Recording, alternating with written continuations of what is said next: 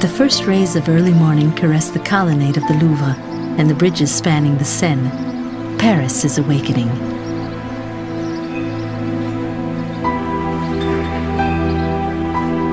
The waters of the river reflect the entire history of the city. Down through the centuries, the city has continued to grow in size and beauty.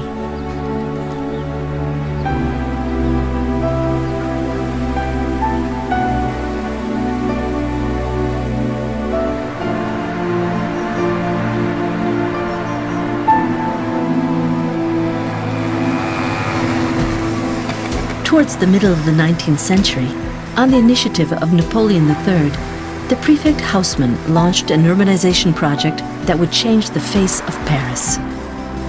The old medieval districts gave way to wide avenues lined with typical low-rise apartment buildings. Paris became a modern city.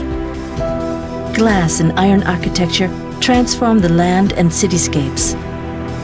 Steamboats were plying the Seine, and the first trains were setting out to conquer the countryside. Even though the Parisian bourgeoisie showed great daring in economic matters, it was insensitive to the artistic innovations of the time. Freedom is frightening. The tried and true is reassuring. At the time, painting treated mythological, religious and historical subjects.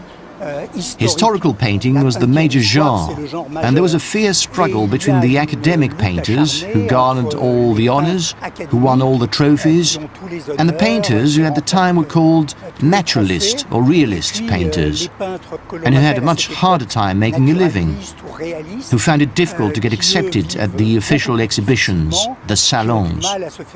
Then, in 1853, there was a huge revolution. Napoleon III, under the pressure of the artists, was forced to organize a Salon des Refusés, so that all the painters who had not been admitted to the official salons would nevertheless have the opportunity to show their work to the public. Edouard Manet's Lunch on the Grass, which like thousands of other works was refused at the official Salon of 1863. It's now considered the painting that marked the birth of modern art. A nude undisguised by the artifice of mythology, false perspective, the dark aura around the figures. The rising generation of artists quickly rallied around this painting in the revolt against academicism.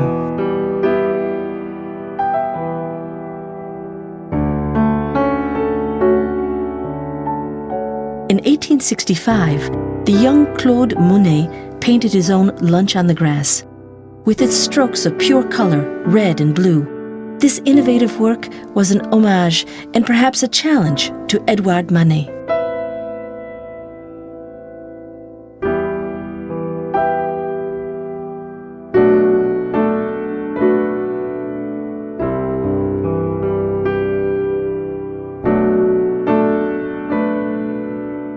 Claude Monet, Auguste Renoir, many young artists rejecting the established academicism were leaving the studios to go out and paint their subjects directly from nature.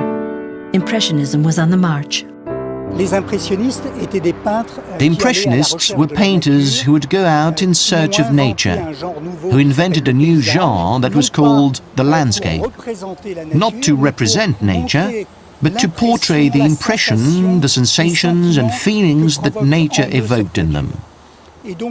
So they would paint very natural, simple things. The banks of the Seine, forests, undergrowth, the seacoast. Unimportant subjects, subjects that were not worthy of being exhibited in a salon.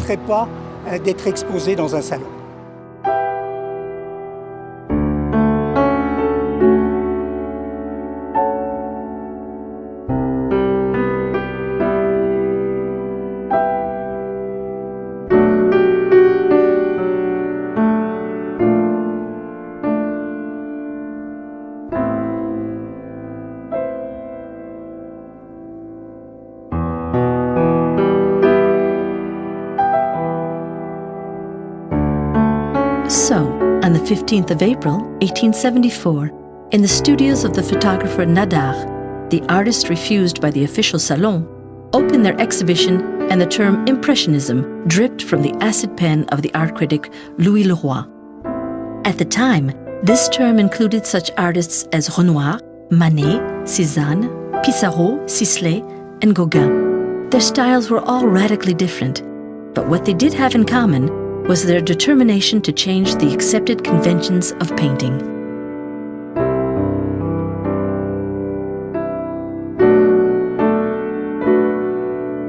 Just as the invention of the portable easel and oil paints and tubes, the development of the railroad was an integral part of the Impressionist adventure.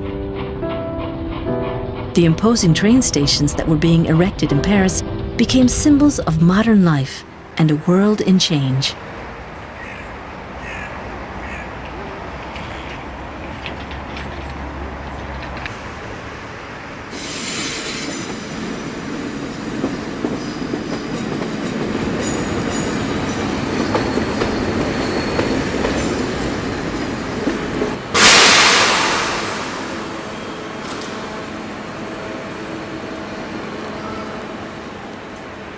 The Impressionists all came to Paris to learn, for official recognition, to show their paintings. But they greatly preferred the places that they came from. They did paint some in Paris, but certainly not as much as they did in Normandy in particular.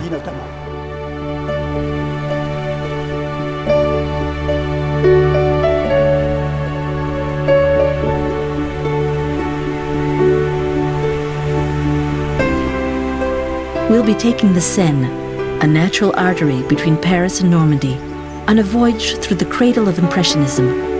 We're heading towards Vernon, our first stop.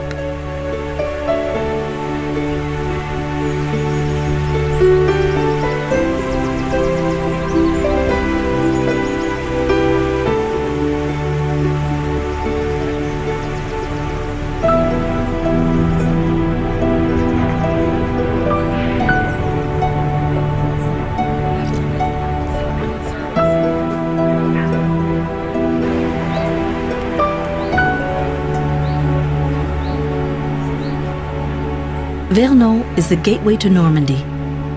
The Seine has taken the time to meander all through the countryside of Île-de-France, but we're only 80 kilometers from Paris.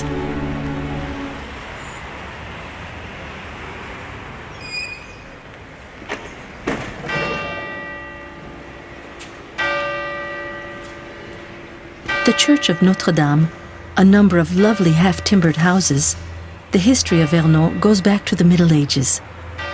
The city was founded in the 9th century by the Vikings sailing up the Seine to attack Paris.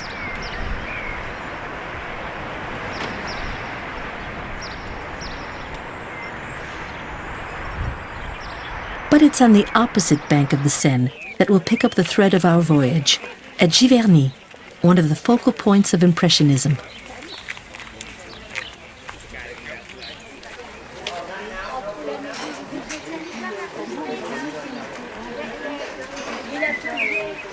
When Monet came to Giverny in the spring of 1883, it wasn't just chance that brought him here. First of all, it's near the Seine, which has always been a major theme in his work, with Argenteuil, Poissy, etc. And he had already noticed this spot in his travels, so he decided, that's where I'll go. So he took the train to Poissy, and he got off at the town of Vernon. He spotted a house in Vernon that he really liked, and he dreamed of being able to rent it. But the rent was too high and the yard was too small. So he crossed the Seine over the little bridge. At the time it was considered a big bridge, and getting off the bridge he turns right into Giverny. He goes into a little cafe called Café Épicerie Baudy. He asks the man behind the bar, "Sir, is there a house for rent in the village?" The barman says, "Monsieur Saint-Jean is retiring. He's looking to rent out his farm. Speak with him." He tells Monet how to get there. Monet goes to Saint-Jean's place, talks with him, they come to an agreement. Then Saint-Jean says, "All that's well and good, but just what crops are you going to raise?" And Monet answers, "Flowers, of course." And Saint-Jean says, "But you can't make a living raising flowers."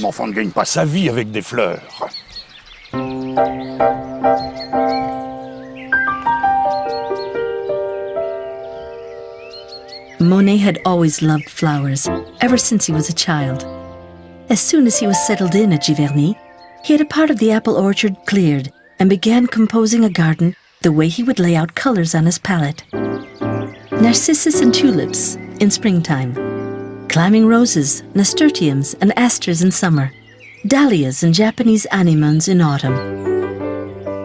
He designed his garden so that there would be flowers blooming in every season.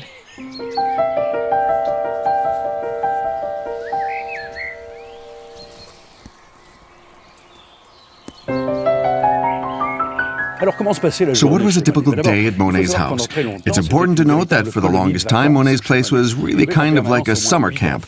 There were always at least 8 children around, the children's friends, the parents, Monet's friends, Rodin, Sacha Guitry, who was a regular lunch guest often on Mondays. Clemenceau would come for the weekend. They set up a huge kitchen because they had to feed this flock of happy campers, this tribe, and there was a huge dining room that Monet really brightened up, as we know, by painting it in 2 shades of yellow. Same thing with the kitchen that he had done in 2 lovely shades of blue.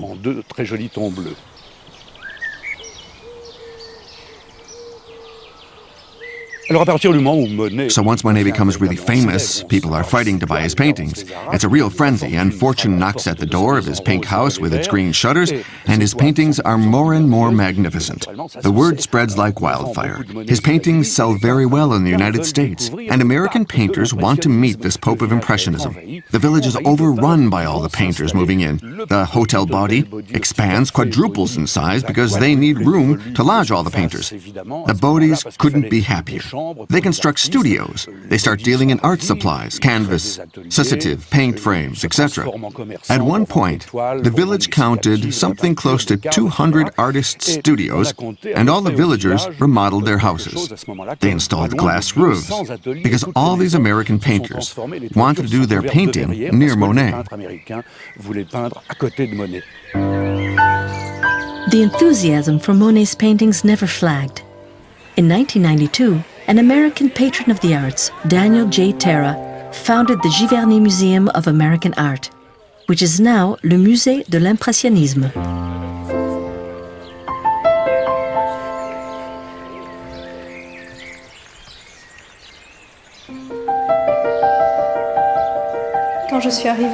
When I first came to Giverny, I felt that I was really in the cradle of pre- and early Impressionism.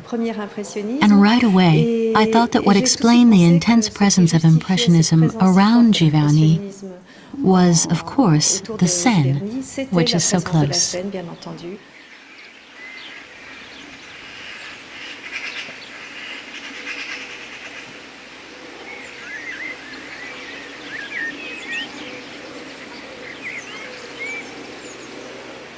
The light is truly something special, the rapidly changing sky, the very lovely effects of the light. All of these elements obviously attracted the Impressionists, who in the early period favored a very delicate, silvery, shifting light, which is exactly the light of the Seine in the Ile-de-France region and Normandy as well.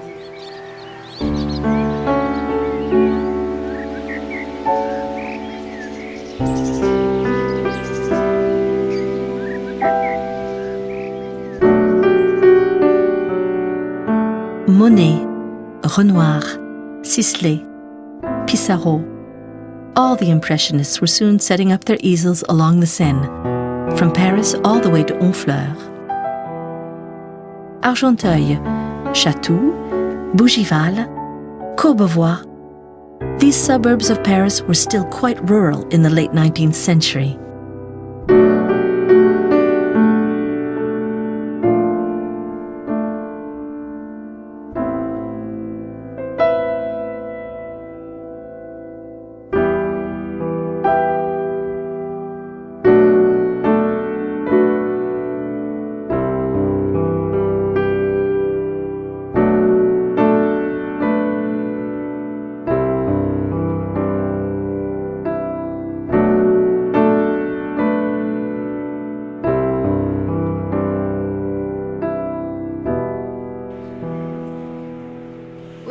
In the 19th century, the aspect of the Seine was changing, and it was this new modern appearance that caught the attention of these painters, that they wanted to portray. It was the time when industrialization was just beginning to make its mark. The railroad was spreading, making it possible to travel, but at the same time changing the landscape. There were more and more bridges going up. Constructed in metal, they were like huge horizontal Eiffel Towers, and artists were naturally fascinated by them. The river barges passing by, run by steam, was a new form of energy. All these elements that now seem so antiquated for us were very modern for certain people at the time.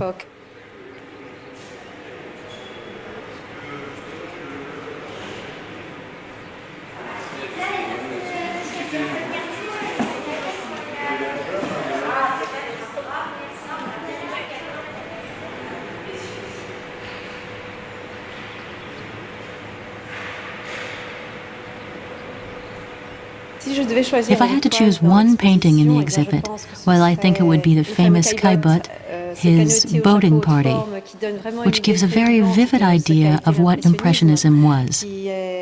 That is, simply the painting of everyday life. You can really feel that this scene is an impromptu scene, and that the man hadn't planned to go rowing at all because he's not at all dressed for the occasion. But all of a sudden, he decided to take up the oars and go rowing, and I'd say he's rowing briskly, full of life. It's also a very lovely painting in the way it's constructed. It's very modern, first off, the way the subject is framed. It's very photographic, very modern in the sense that you really feel the presence of nature that's portrayed with exceptional fluidity. The painting also displays a new technique that's emerging, particularly in the way the rower's shirt is treated in a very broad manner, I'd say with broad brushstrokes, which up close are totally illegible and only make sense if you back away from the painting a little. I also like the fact that the painting hasn't been shown very much up to now, so I was very happy to be able to exhibit it. It's a painting that really says a lot about the new civilization that was taking shape, and also about this new genre of painting that's accompanying it.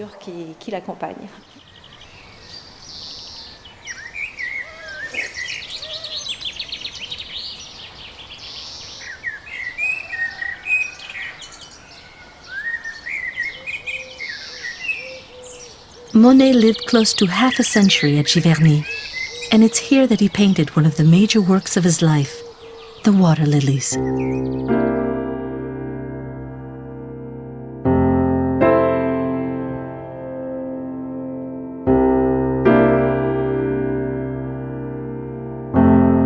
In 1927, just a few months after Monet's death, the water lilies were presented in two vast elliptical rooms at the Musée de l'Orangerie in Paris.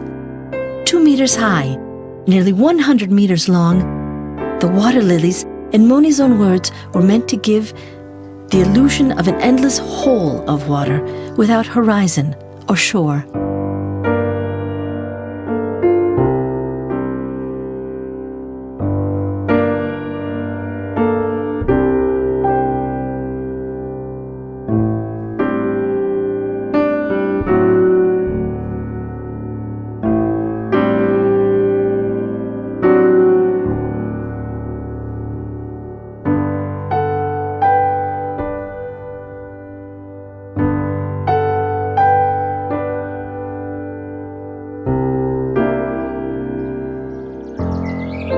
About 10 years after he had moved to Giverny, Monet had a pond dug.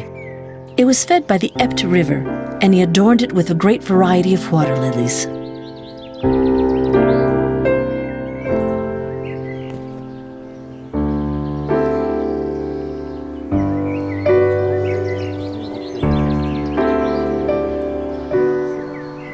During the last 15 years of his life, Monet would paint tirelessly on the bank of this aquatic mirror, ready to capture the slightest variations in the light.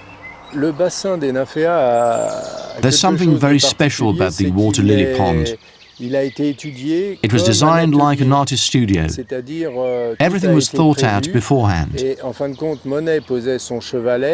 Monet would set up his easel, and the outstanding feature was the light, and the play and interactions between the elements on the shore and those in the water. He planned it so the light passing under the Japanese bridge, it's an arched bridge, would penetrate the patch of shade and light up the shade to get the contrast of light and dark. And that's how the relief was created.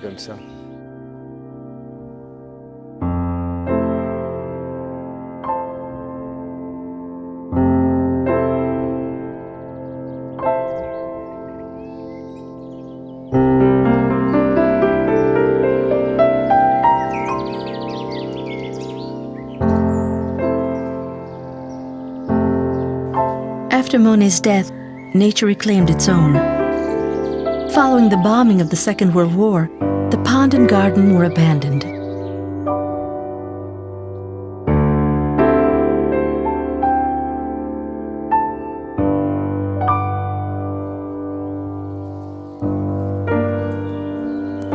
It was not until 1976 that Gerald van der Kamp, former curator of Versailles, called on Gilbert Vaillet to restore the garden and lily pond to the former splendor of Monet's time.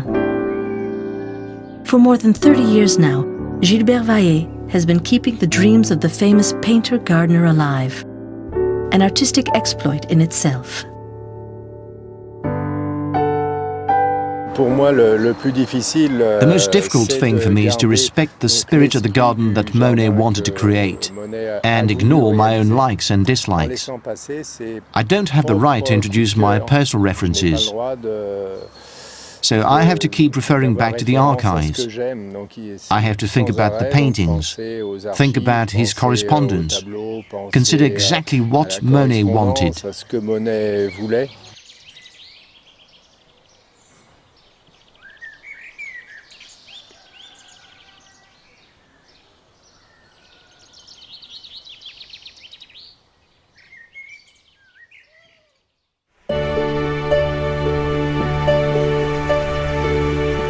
We leave Giverny and pursue our voyage on the Seine into the heart of Normandy.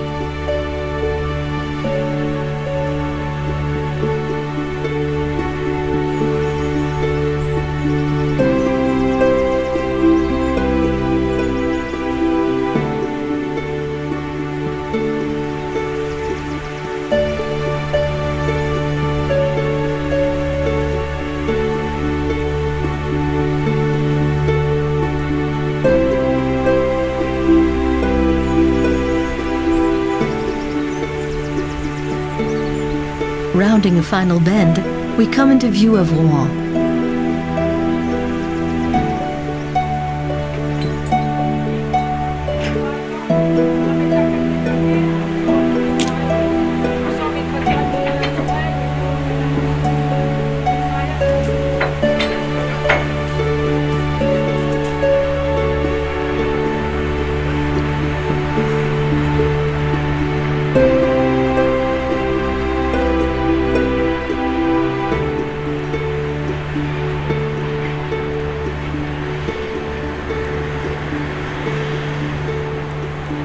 Rouen is as beautiful as Venice.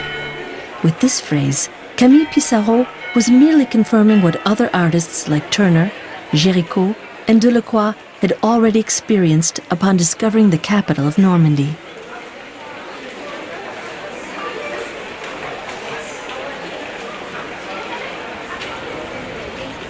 Rouen is one of the most beautiful cities of art in France.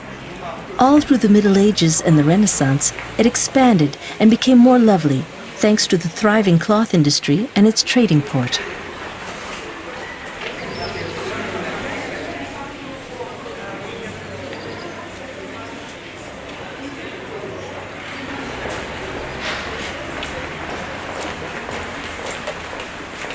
In the 19th century, Rouen was swept up in the Industrial Revolution. The smokestacks of the factories rose along the Seine, where the first steamships docked alongside the sailing ships.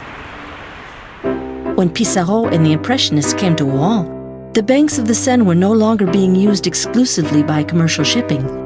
They were also used for Sunday leisure by the residents of the working-class neighborhoods.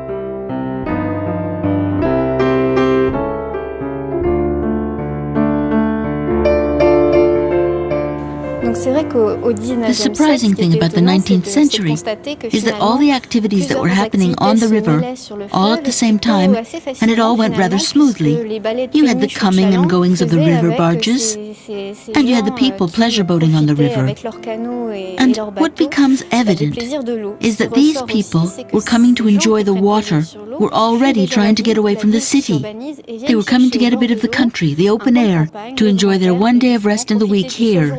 They'd come to have a swim, go rowing, and of course, to relax in the guinguettes, the riverside cafes. The 19th century drew the factories to the heart of the cities. whereas the 21st century is pushing them out. The old red brick warehouses on the docks in Rouen now share the port with the dazzling white structure of the new Flaubert Bridge. By leaving their studios and venturing out to paint directly from nature, the Impressionists were not only creating works of art, they were also bearing witness to their era. We want to show how Rouen was an artistic inspiration and show the city at the same time. Each painter had a very personal vision of the city. Gauguin stayed in his neighborhood.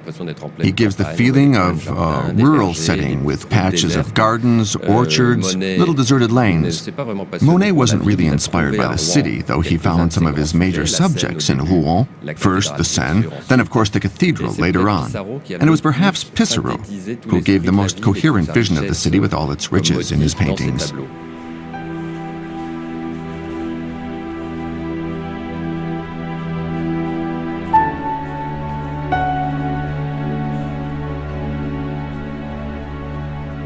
You really feel that he has captured the soul of Rouen, this industrial city.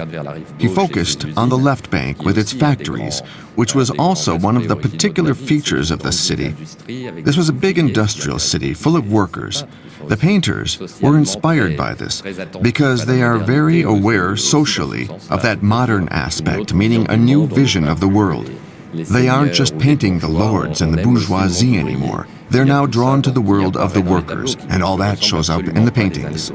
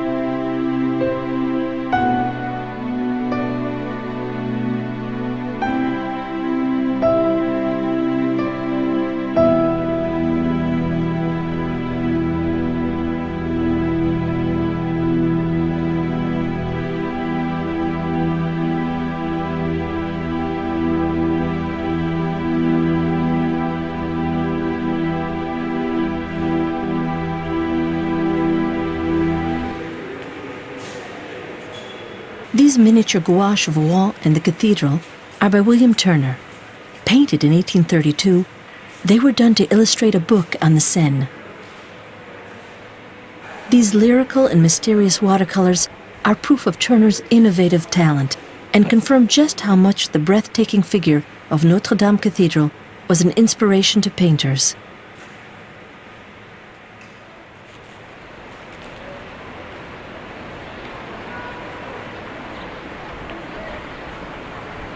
Monet had already spent time painting in Rouen at the beginning of the 1870s. At that time, he was only interested in painting the Seine and the boats anchored in the port. In 1892, while visiting his brother Léon, he rediscovered the cathedral. He was so obsessed by the imposing stone facade, he began painting immediately in the month of February. There's a large part of mystery surrounding Monet's cathedral series. We know that it was at the beginning of the 1890s that he first thought of doing series, observing a subject and dissolving it in light and color. Before the cathedral, he'd already done series on haystacks, on poplars. So why did he come back to Rouen? Of course, he had connections here, acquaintances, family. He had an open invitation from a major collector here. But the city is not what interested him. He came upon his subject partly by chance and also because when he came back and saw the facade again, this very intricate, ornate facade of the Rouen Cathedral, which is something very special, he must have thought that it was a subject that corresponded to what he was in the process of discovering. And he knew that he was onto something totally new in painting, this idea of completely neglecting the subject. And he specifically chose a very beautiful subject, so typical, recognizable at a glance, a magnificent cathedral, but which becomes a simple mass in his paintings that reflects the light, the time of day, the season. It is almost deconsecrated. It's no longer a cathedral, It's a sort of form, and this, of course, prefigures abstract painting, as has often been remarked. Et ça annonce bien sûr aussi la peinture abstraite, comme on l'a très souvent souligné.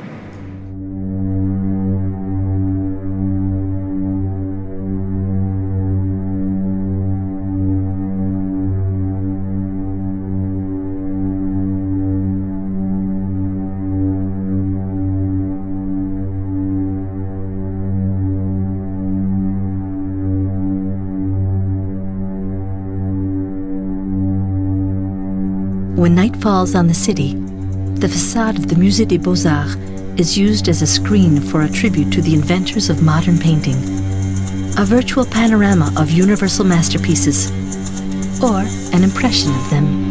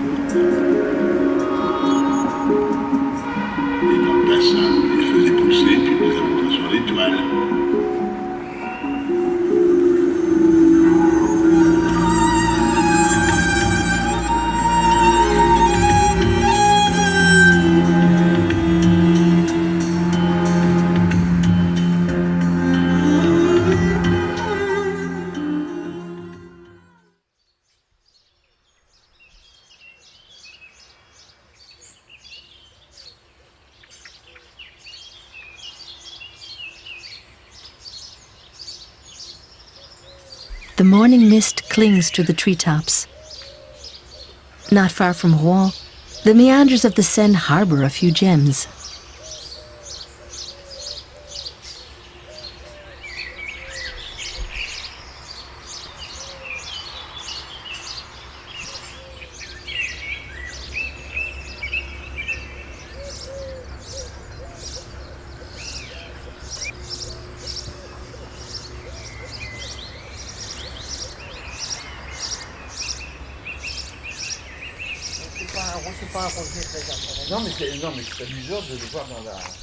The owners of the Villers Manor have opened their home to whoever would like to visit it.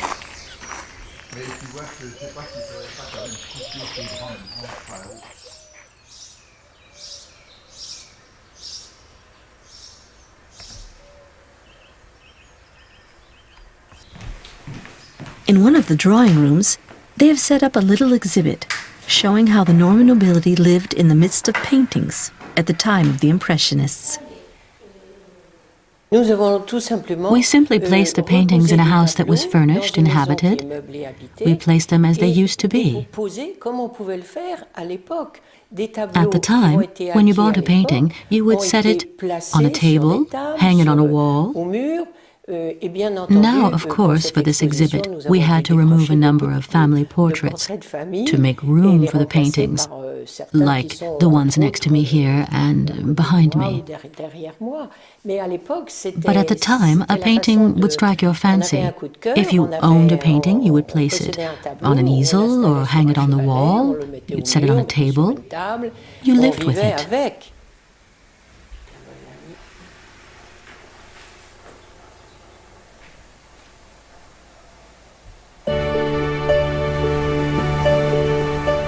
From the village of La Bouille, we carry on our voyage, following the bends in the Seine so dear to Sisley and all the Impressionists.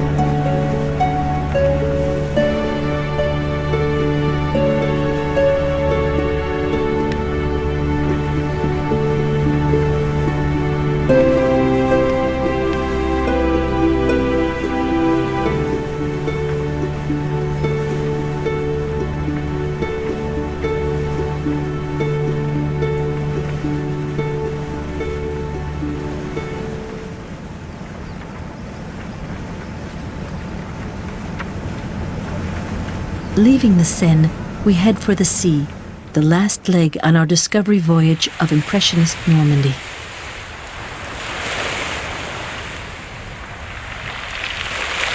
As early as the beginning of the 19th century, Corot and a few landscape painters had sojourned in Le Havre. But it was Boudin, Jonquind, and later Monet who took a particular interest in the estuary of the Seine, where the water and the sky blend together to give birth to the incomparable light of Normandy. Le Havre was completely leveled during World War II. The reconstruction was begun in 1945 by the architect Auguste Perret. In the city, concrete rules supreme, and there's nothing left of the old districts where Boudin and Monet spent a part of their childhood.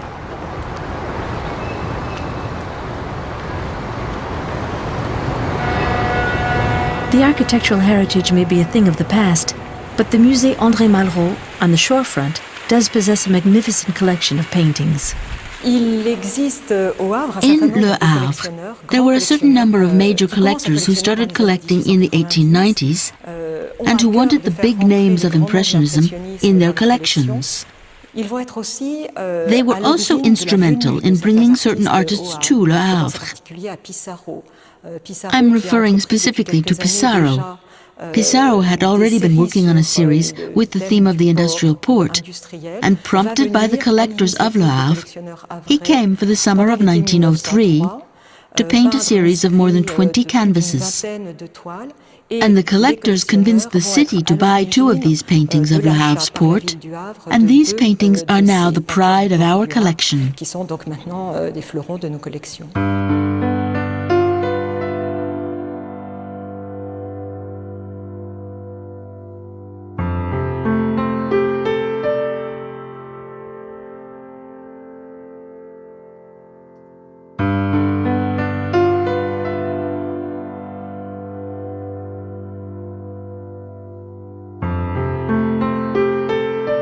Olivier Seine, a cotton trader, was the most well-known of the Le Havre art collectors. In 2004, his granddaughter, Hélène Seine-Fould, donated over 200 paintings to the museum. Renoir, Monet, Pissarro, Sisley, and an exceptional collection of drawings, including pastels by Degas. So, the Musée Malraux is now a major museum of Impressionism.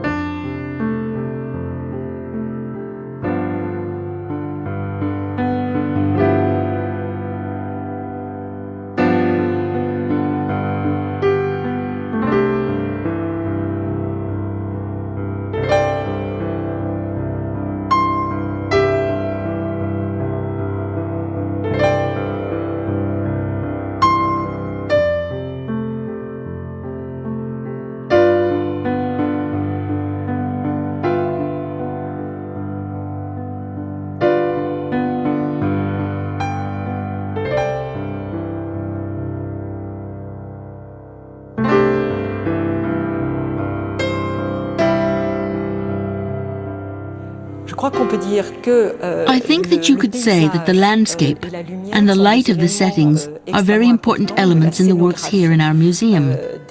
The amazing thing is that you can still see the landscape, the seaside, the coming and goings of the boats, the light. These are the elements that the Impressionist artists came looking for here on the Normandy coast, and that you can recognize as you look at the works exposed here.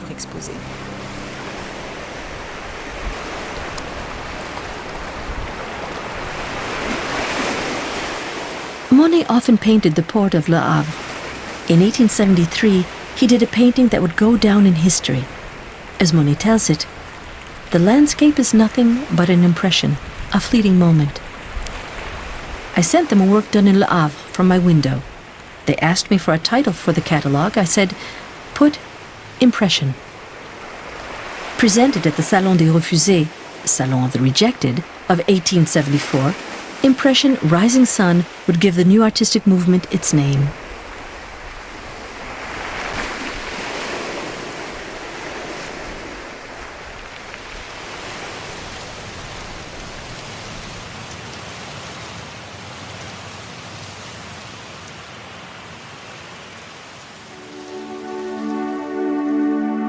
Our voyage begun in Paris is now nearing its end. For our next leg, we simply leave Le Havre and cross the Seine estuary to Honfleur.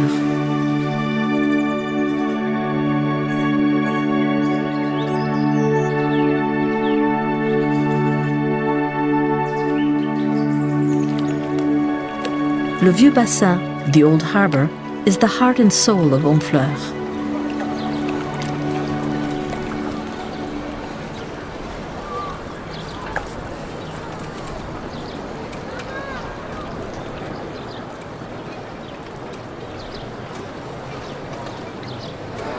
The St. Catherine Quay, bordered by these impressive high, narrow houses with their silvery facades, once rang with the sea shanties of sailors leaving for Newfoundland, the gruff voices of corsairs relating their exploits, and the sound of crates laden with Indonesian spices setting down on the pavement.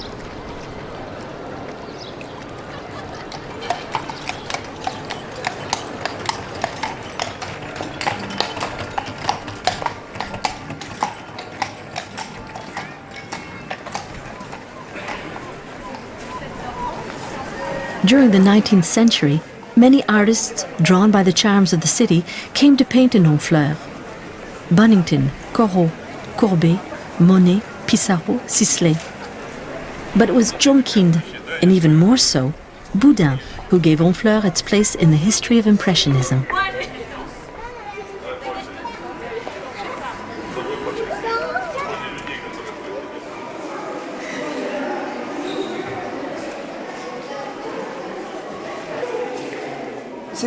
Yes, Boudin is considered first as a pre-impressionist, but it's true he sparked something.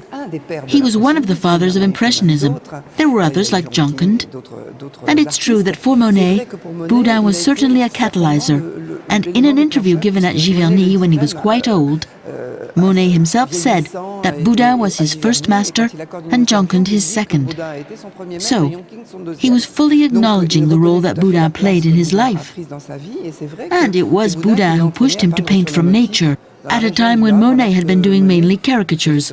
Boudin told him, "Stop wasting your time with that and come and paint with me."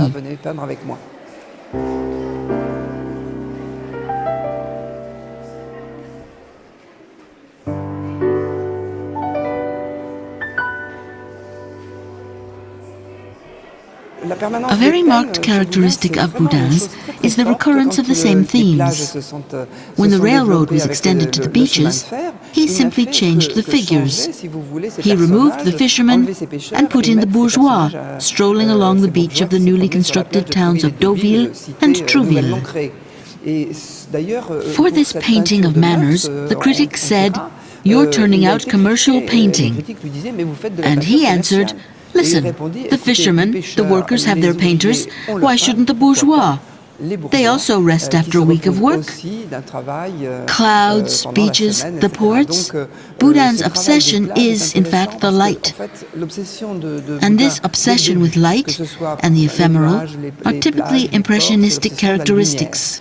Right from the early paintings. You can see from the way he works the skies, for example. And with the beaches, you have the same thing. So, in fact, what he's interested in is the interpretation of movement and light. That's why his beaches are so beautiful, because the air circulates, as in his watercolors. When you compare them to the beach scenes of some of his contemporaries, that sometimes look a bit stiff, Boudin's are full of movement, and you get the impression that the figures are alive. This is due to the brushstrokes that are fragmented and give a somewhat blurred effect.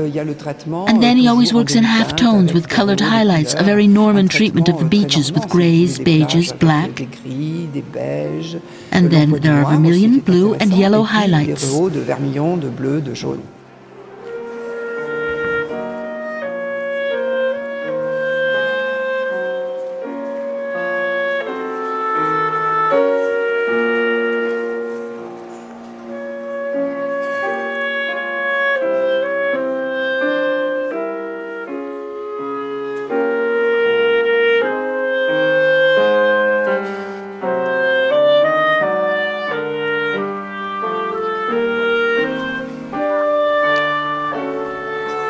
A straw boater hat, a parasol, a check tablecloth. The scene is set.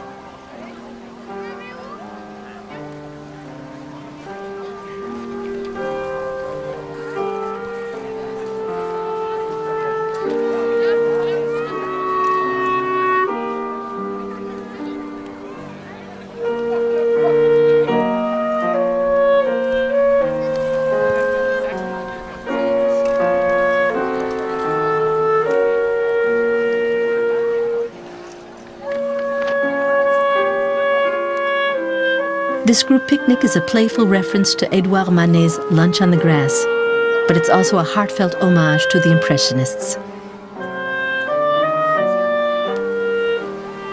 Lunch on the Grass, or painting outdoors directly from the subject, both are expressions of the same desire to get back to nature.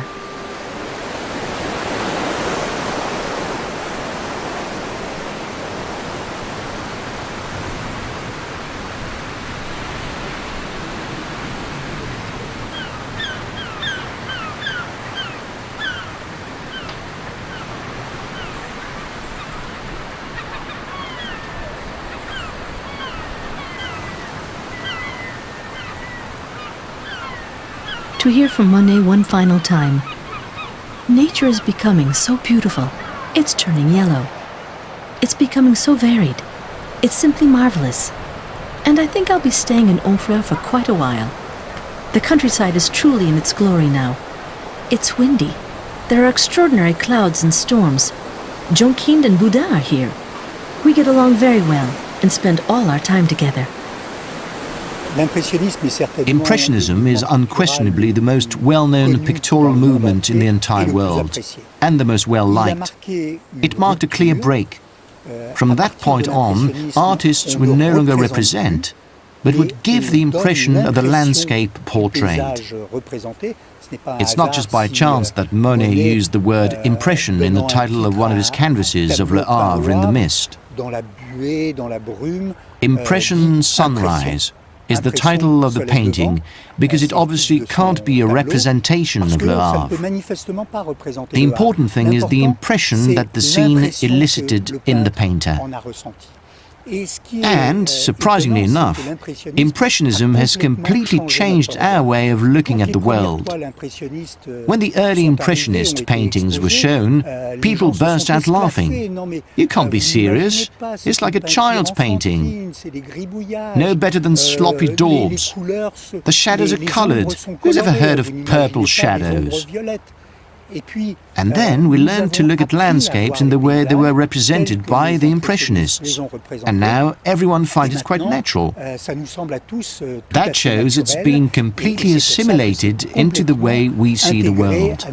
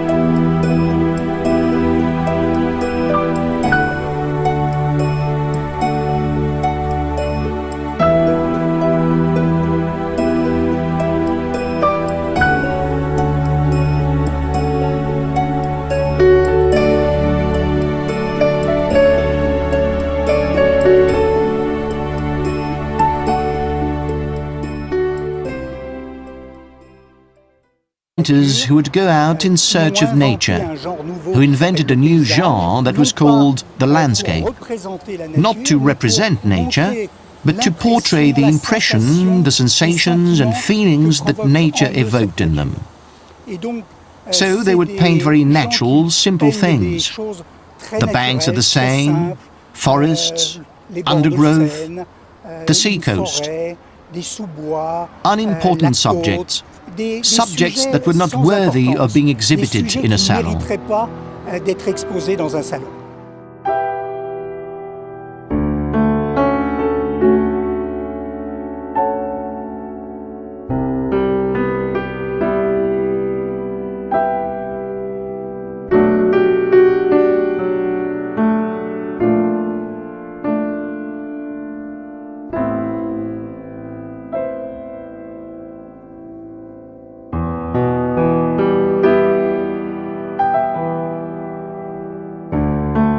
So, on the 15th of April, 1870,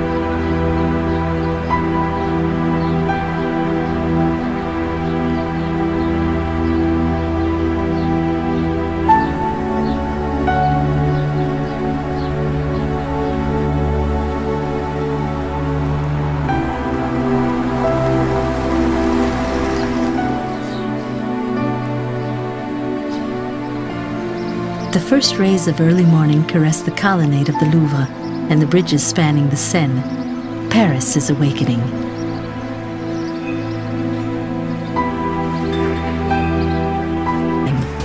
Freedom is frightening. The tried and true is reassuring. At the time, painting treated mythological, religious and historical subjects. Historical painting was the major genre, and there was a fierce struggle between the academic painters, who garnered all the honors, who won all the trophies, and the painters who at the time were called naturalist or realist painters, and who had a much harder time making a living, who found it difficult to get accepted at the official exhibitions, the salons. Then, in 1853, there was a huge revolution. Napoleon III, under the pressure of the artists, was forced to organize a Salon des Refusés, so that all the painters who had not been admitted to the official salons would nevertheless have the opportunity to show their work to the public. Edouard Manet's Lunch on the Grass, which like thousands of other works was refused at the official Salon of 1863. It's now considered the painting that marked the birth of modern art. The waters of the river reflect the entire history of the city. Down through the centuries, the city has continued to grow in size and beauty.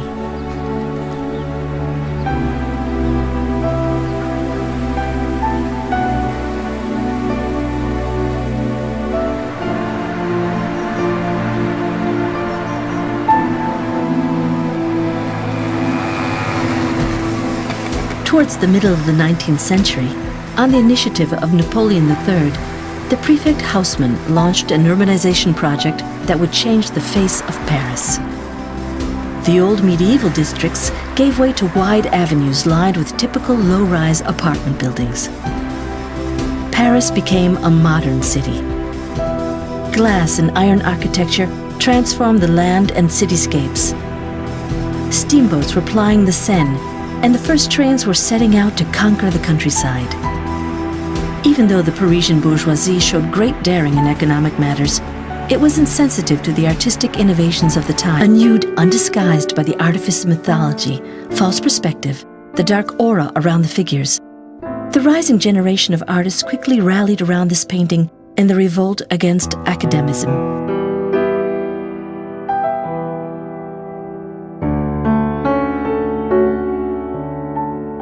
In 1865, the young Claude Monet painted his own Lunch on the Grass. With its strokes of pure color, red and blue, this innovative work was an homage and perhaps a challenge to Edouard Manet.